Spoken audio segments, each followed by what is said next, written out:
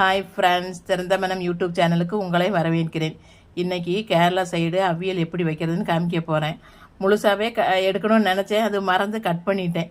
இப்போ கட் பண்ண காய்கறியெல்லாம் காமிக்கிறேன். முருங்கைக்காய், கேரட்டு, வெள்ளரிக்காய், புடலங்காய், கத்திரிக்காய், அப்புறம் நீளமாக இருக்கிற பச்சை கத்திரிக்காய், அது இதை பாருங்களேன், வாழைக்காய், இதையெல்லாம் இந்த மாதிரி நீளமாக நைஸாக கட் பண்ணி வச்சுக்கணும். இந்த மாதிரி ஒரு வாய் அகன்ற பாத்திரத்தை எடுத்து வச்சுக்கணும். அதில் இந்த காய்கறி எல்லாம் அதில் கொட்டணும். கொட்டி ஒரு அரை கப்பு தண்ணியை ஊற்றணும் பார்த்துக்கோங்க. அடுப்பை பற்ற வச்சு நல்லா மூடி வச்சு வேக வைக்கணும். காய்கறியெல்லாம் வெந்துருச்சான்னு பார்ப்போம். பாருங்கள், இன்னும் கொஞ்சம் குழைய வேகணும். நம்ம தண்ணி இருக்குதான்னு கொஞ்சம் இடையில திறந்து பார்த்துட்டு, தண்ணி இல்லைன்னா ஊற்றிக்கலாம். இப்போ இதில் தண்ணி இருக்குது, இந்த தண்ணி போதும்.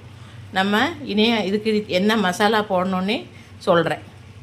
இது அரைக்கிறதுக்கு தேவையான பொருள் பார்த்துக்கோங்க. தேங்காய், கொஞ்சம் சீரகம், மஞ்சப்பொடி, கொஞ்சமாக புளி, பச்சை மிளகாய். புளி தேவையில்லைங்கிறவங்க தயிர் சேர்த்துக்கிறாங்க. ஆனால் நான் புளி தான் சேர்த்துக்குவேன். புளி நிறைய ஆயிடுச்சுன்னா புளி போயிடும். பேருக்கு கொஞ்சமாக புளி, இதெல்லாம் சேர்த்து குறைன்னு அரைக்கணும். தேங்காய் அரைச்சாச்சு.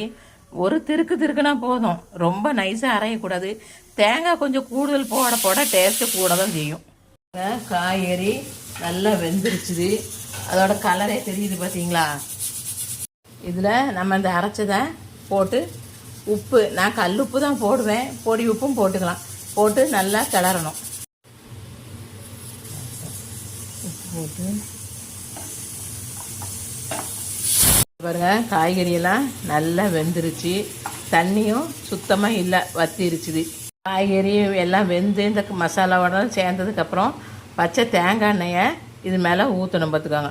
ஊற்றிட்டு இந்த பாருங்க, கருவேப்பிலையும் போட்டு நல்லா ஒரு கிளறி மூடி வைக்க வேண்டியதான். அவியல் ரெடி. சுவையான அவியல் ரெடி.